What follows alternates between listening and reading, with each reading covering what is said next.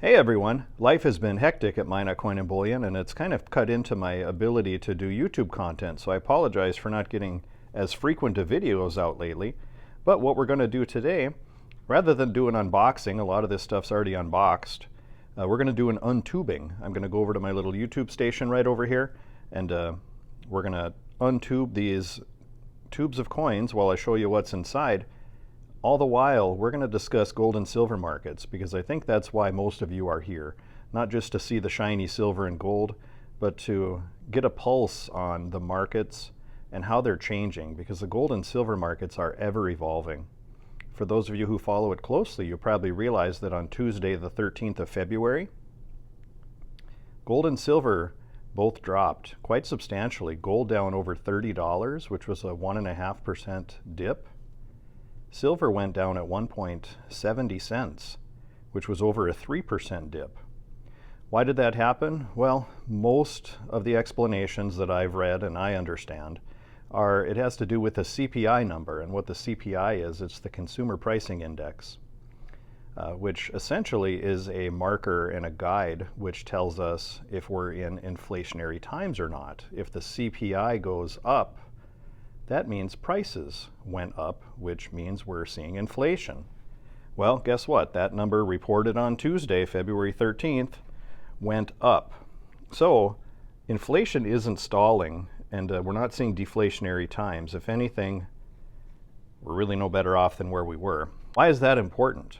Well, there's always been a psychological barrier, we call it resistance level, for gold at $2,000 an ounce. Once these reports came out, gold dropped below $2,000 per ounce. Why is that significant? Well, it kind of tells you that investors believe that inflation isn't over, which means rate cuts probably aren't going to happen as quickly as investors thought. So that's having an impact on gold price, pushing the spot paper price down. Silver tends to be a follower in those situations, and of course it did, seeing an even bigger dip than gold. But we'll talk about that more as we untube these coins, and I'll show you what's inside. So for those of you who do tune into the channel just to look at the shiny stuff, I thought we better do some of that today too. What I have in front of me here are what we call impaired or imperfect sovereign silver coins. I've talked about these on the channel before.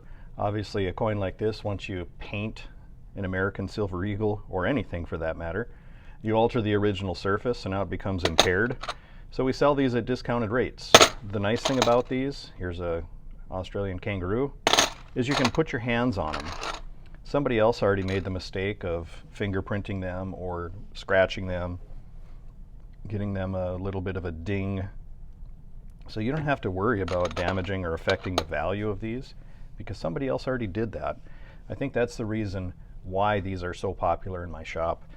Usually, I have a difficult time stocking impaired coins. They do come in across the counter periodically, but most of the time I'm ordering these from a wholesaler actually who gets large amounts through different sources. So this first tube here, now I was told these are all impaired Canadian maple leafs.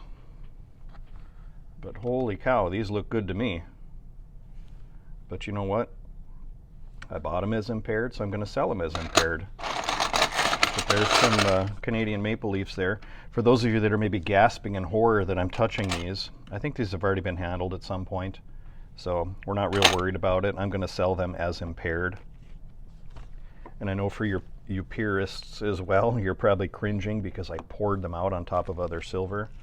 Well, there again, these are impaired, so you're not going to affect them or hurt them by doing this because somebody already did the dirty work.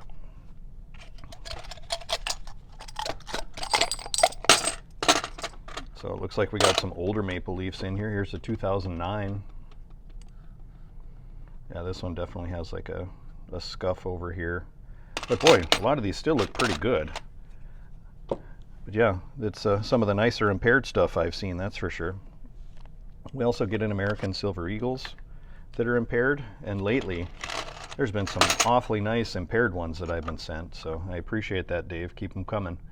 This one has some kind of ugly toning on the back, some darker, almost orangish colored spots. Not sure if that shows up well on camera, but ooh, look at this one. Got like a purple rose colored type toning. Some people love this, some people hate it. How that happens, usually it's from environment. It could be intentional or unintentional, but toning typically happens on silver when it's exposed to humidity, moisture, heat, smoke, certain chemicals. Of course, there's ways to artificially tone coins. There's a method called the hard-boiled egg method, where you can actually hard-boil an egg, peel it, put it in a plastic bag, and then put your silver coin in that plastic bag. I'm talking a Ziploc bag. Zip it shut, and then smash up the egg. When you smash up the egg, it releases sulfur. And when that happens, it will tone the surface of the coin that you have inside. Here's a 1988.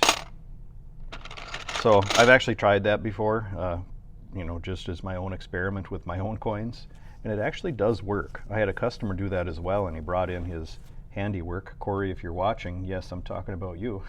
But he artificially toned with the hard-boiled egg method some silver he had, and it turned out really nice. So if you like toning and you want to dink around with some of your own coins to see how they'll tone up, try the hard-boiled egg method. It really does work. So getting back to what I was saying earlier on, business has been extremely busy in the coin shop. I know we're maybe a little different than some of the other parts of the country, but there are a lot of new people getting into precious metal in my area. A lot of people coming in for the first time, asking a lot of questions, you know, a little nervous or frustrated with financial institutions, with economic policy, with the government, just looking for other avenues or other vehicles to invest their cash into. And precious metals is an obvious choice for most people. So I answer a lot of questions, and ultimately the customer decides if, what, and when they want to buy. Ooh, look at this one. This one definitely is. Can you see the milk spots on this? Canada is notorious for milk spotted silver. It also happens with British, Australian, so there's many countries that happen to, but supposedly that problem's been fixed based on there's a new process they go through when they create the bullion, so milk spotting should no longer occur, but there again, you never know. But getting back to it, yeah, things have been very busy in the shop. Flash sales that I've been doing on my channel. If you don't even know what I'm talking about, make sure you subscribe. So click that subscribe button if you haven't already, and give this video a like if you like it so far, and feel free to share and drop it down in the comments too. Would you ever buy impaired silver? I know a lot of people would say, oh no, I want mine brilliant uncirculated. Others, they love it because you can put your hands on it, you can spread it out, and you can dive into it like Scrooge McDuck. So drop that down in the comments. Would you consider purchasing impaired silver? But getting back to what we were talking about, I have flash sales once a week. Now I think I've done 5 now, maybe 6. I'd have to go back and check. Flash sales, and what that is, it's a one-day only sale on a particular item that I blow out at a very cheap price in my shop. I had a couple different people reach out to me telling me I was the cheapest in the country yesterday on 1 ounce Canadian maple leafs. Now not these, because these are considered impaired, but they were uncirculated 1 ounce silver Canadian maple leafs, fresh from tubes at spot plus $2.50. Someone said the cheapest place online that they could find aside from me was $2.65 over spot yesterday. So with that flash sale, I put out a YouTube video, so if you're subscribed and you have the notification bell clicked, you'll get notified when those videos come out. And I'm going to start putting those out the afternoon before the flash sale, just to give enough people time to see the video, to know about the sale, which gives them time to then place their order or stop into the shop the next day. But we moved a lot of ounces yesterday. We also had 1/10 ounce gold on sale also. It was a 1/10 ounce gold Canadian maple leafs for spot or melt plus 10%, which was almost $18 less than a leading online retailer. So good prices. You see I got a bunch more painted silver eagles here. Then we got a gold one.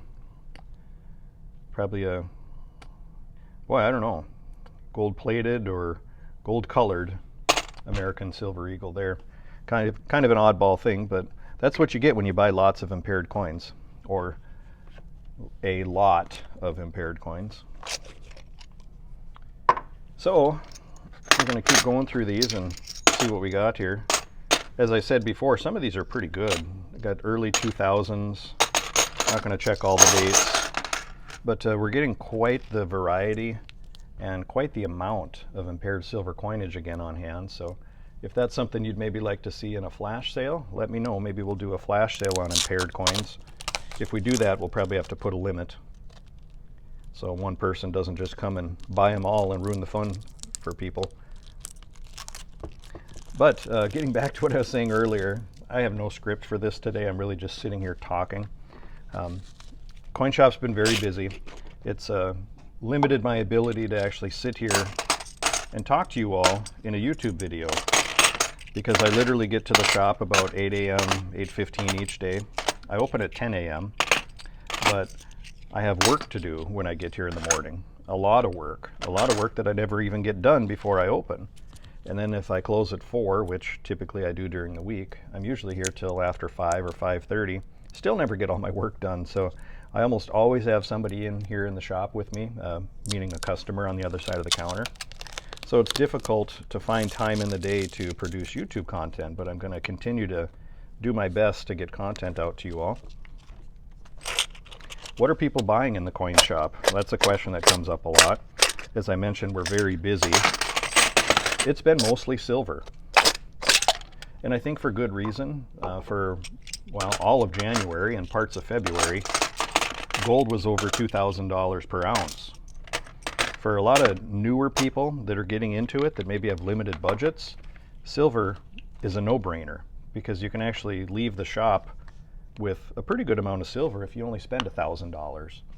If you have $1,000 to spend on gold, you're not going to have much to show for it in terms of weight.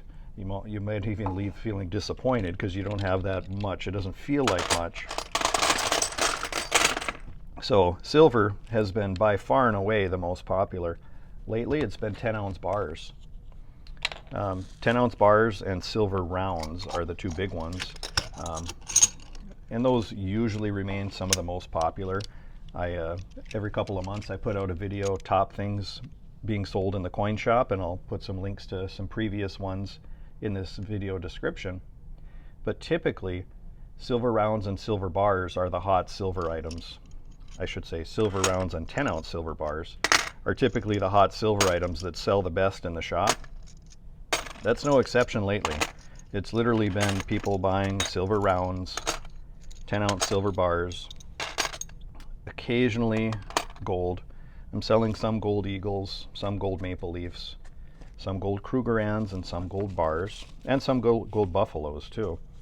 But it's been mostly silver. Silver's the metal of choice, at least in my part of the world. That's not saying I haven't had some large gold sales, because we have, but ounce for ounce, silver remains the most popular.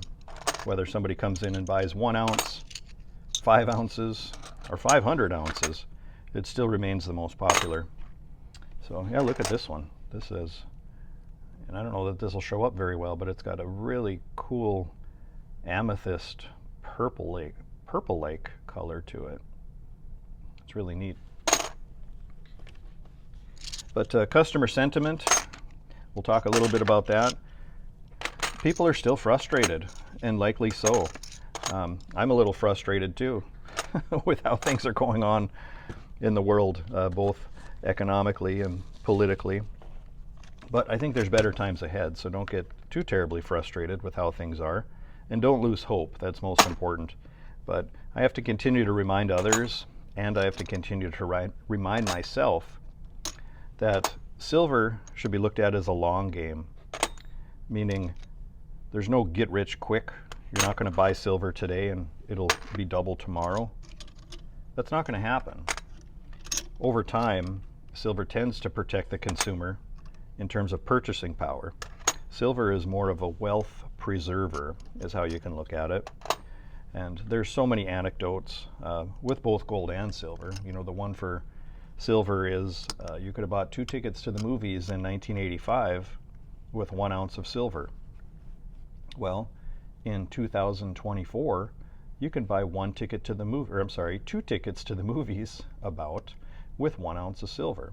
So silver protected your purchasing power, whereas if you had that in dollars and you just stuck that, let's say, $5 bill from the mid-'80s under your mattress, you would still just have that $5 bill today. And you sure as heck couldn't buy 2 movie tickets for $5. So that's what silver does. Now, there have been times that silver has outpaced inflation, and you really could have made some good money on silver. The most recent time was in 2011. Silver charged up to over $49 per ounce. And this was at a time where prices, normal prices, cost of living was so much lower than it is now. If we were to compare, and I'm just pulling numbers out of the air quite honestly, that would mean silver would have to be $100 an ounce today to have that same purchasing power that it had back in 2011. And as I film this today, silver sits at $22.15 per ounce. I can't believe it's that cheap. You know, and I'm not just saying this because I sell it, because you can buy from me or you can choose not to. That's fine. This isn't a sales pitch. This is how I personally feel. Silver's on sale. Silver is very affordable right now compared to how it's been. What else can you buy today cheaper than it was before the start of the pandemic? Nothing except silver. Silver is literally on sale. So I'm continuing to stack. I'm adding as much as I comfortably can to my stack. Weekly, really, I'm adding silver to my stack, because I think there's going to come a day where I'm going to be very thankful that I have some. I think those of you that watch these type of channels are probably going to feel the same way. You're stacking it maybe not just for you, but for loved ones. You want to protect your children. You want to protect your wealth. Because cash in the bank, although does definitely serve a purpose, I'm not telling you to take all your cash out of the bank, but interest rates have gotten better, don't get me wrong, but keeping all of your wealth in the bank probably isn't a good idea. Don't get me wrong, interest rates in the bank have improved, but I am not a believer in storing large amounts of cash in the bank. I want to have access to my wealth, and the bank doesn't necessarily give you that 24/7. They could turn the switch off at any point, and now you don't have access. They could lock the door and you don't have access. If you're holding gold and silver, and it's accessible to you, I think that's a smart way to go. And I'm not saying just put all of your money into gold and silver, because I think that's reckless. That's not a good idea. Spread it around. I still have retirement accounts. I have a few IRAs. I have money in the markets. I do dabble a bit in crypto, although not that much. But there's other things besides metals. So I wouldn't tell anyone to put everything they have into any one thing. So you can probably hear me playing with stuff off to the side here. This stuff also came in too. We just got an assortment of 90% silver mercury dimes. We got some Franklin halves, some Standing Liberty quarters, and if Chris from New York is watching, yes, I will set these aside for you. We've got a gentleman who wants to buy Standing Liberty quarters, so I'm starting a pile for him. Then we have some barber coinage that came in as well. So, but yeah, as you see in front of you here, this is what we have for impaired silver at the moment. It's quite a lot. It's mostly Canadian and American, although there's a fair amount of Australian as well. So, but like I said, down in the comments, if you haven't already, and if you're still with me after listening to all this rambling, let me know. Would you consider buying impaired silver? I do, and I own some. The nice thing about it, as I said, you can put your hands on it. The nice thing about, in my mind, having precious metal is you can feel it, and you can feel the value.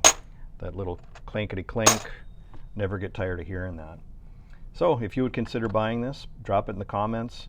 I will tell you I sell it anywhere from $2 to $3 cheaper per ounce. So if you start to stack a lot of ounces, that really adds up quickly. I mean, let's just say you buy a tube of Impaired Silver Eagles versus a tube of uncirculated Silver Eagles. You can actually buy about 22 Impaired Eagles for the same price as 20 uncirculated Eagles. Now, why would you want to do that? Well, number one, you increase your ounces that you hold for the same amount of cash. But number two, and I think I've told this story before, I know I have repeatedly in my shop, at the peak of current, or the most recent silver price peak of almost $50 per ounce, there were lines out the door in most coin shops across the country with people both wanting to sell their metal and both people wanting to buy metal. If you were selling metal at that time, it didn't matter if you had a Silver Eagle, pretend this is uncirculated, an uncirculated Canadian maple leaf, or just a silver round, a privately made 1 ounce silver round. Although you know very well that all of those have different retail premiums, those premiums kind of evaporated and disappeared because what the coin shops were willing to spend or pay you to acquire that silver was right around spot. It didn't matter what you had. It didn't matter if it was an eagle or a maple or a round. You were going to get about the same price. So arguably, that situation will most likely arise again. And at that point, did it do you any good to spend an extra $2, $3 on uncirculated Silver Eagles? No, it didn't, because you're going to get the same price as if you had one of these, probably, or at least real close. That $2 to $3 difference might only be a quarter, or it might be the same price at that point. So just something to think about. But having said that, most Eagles that I have in my possession are uncirculated in tubes. So, you know, what's right for you is right for you, so you make the decision. So, but thank you for listening to me ramble today. It's always nice to talk to the viewers. If you have questions, be sure to drop them down in the comments. And let me know what type of videos you want to see next. Just to keep you updated, in the works, I have a how I got started in the coin business video. It's, you know, kind of a generic how to open your own coin shop type video, but it's geared specifically towards how my dad and I got ours started. And what's right for us might not be right for you, but I'll kind of walk you through the steps in that video on how a childhood hobby grew into an adulthood obsession, which turned into a part-time business, which is now a full-time business. So, but yeah, I'll talk to you about our journey there. And our website is under development. We have signed a contract with a company out of Omaha that is going to create a full e-commerce website for Minotcoin and Bullion. So as far as timing, I've mentioned it before. I haven't got an update in a while, but we're looking at the April time, so a couple months still before we're up and running. But that should allow people from all over the country to purchase from us. I'll keep you all posted on that, and as I get previews, I'll maybe put up some previews of what the website's going to look like in the videos upcoming as well. But I appreciate you all tuning in. Thanks so much for the support. You all have a great day.